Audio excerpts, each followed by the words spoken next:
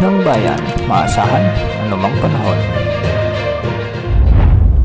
Magandang oras po sa ating lahat. Narito na ang pinakahuling update sa magiging lagay ng ating panahon at sa binabantayan nating bagyo sa labas ng ating area of responsibility. Patuloy nga nating minomonitor ang bagyo sa labas ng ating area of responsibility at huli itong namataan ng Pag-asa sa layong 2,050 kilometers hilagang silangan ng extreme northern Luzon. Isa na itong tropical storm category at taglay ng lakas ng hangin na umaabot sa 65 kilometers per hour malapit sa gitna at pagbugso namang umaabot sa 80 kilometers per hour.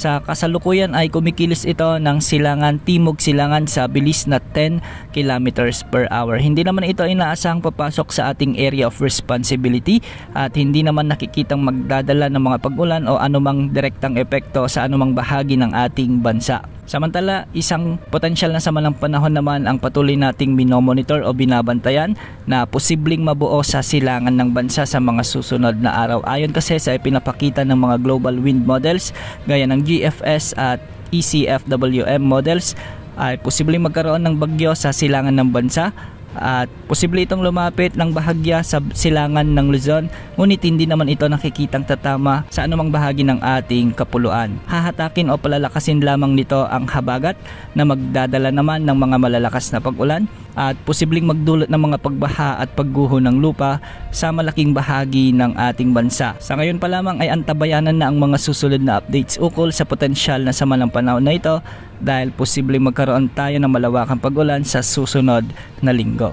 Samantala, southwest monsoon pa rin ang nagdudulot ngayong araw ng mga pag-ulan sa Occidental Mindoro at Palawan at hindi rin inaalis ang posibilidad ng mga biglaang pagbaha o pagguho ng lupa lalo na kung may mga umiiral na katamtaman at malalakas na pag-ulan. Habagat din ang nagdadala ng maulap na papawirin na may mga kalat-kalat na pag-ulan at thunderstorms sa buong Visayas, Zamboanga Peninsula, Bangsamoro Region o BARMM, sa may Northern Mindanao, Caraga Region, Zambales, Bataan, sa may Cavite, Batangas. Ganitong panahon din ang inaasahan sa Sorsogon, Masbate at nalalabing bahagi ng Mimaropa. Magiging bagyang maulap hanggang sa maulap naman ang mga kalangitan na may mga isolated rain showers and thunderstorms sa buong Metro Manila at nalalabing bahagi ng ating bansa. Dulot pa rin ito ng hanging habagat at hindi rin inaalis ang banta ng mga biglang pagbaha o pagguho ng lupa kung may mga umiiral na severe thunderstorms. Walang nakataas na gale warning ngayon sa anumang baybaying sakop ng ating bansa at ang mga pag-alon sa northern at western sections ng Luzon ay posibleng umabot hanggang 2.1 meters. Para naman sa nalalabing baybayin ng ating bansa ay posible ang mga pag-alon hanggang 1.5 meters. Bukas asahan pa rin ang pag-iral ng habagat na magdadala pa rin ng maulap hanggang sa maulang panahon sa kanlurang bahagi ng ating bansa hanggang sa mga susunod na araw.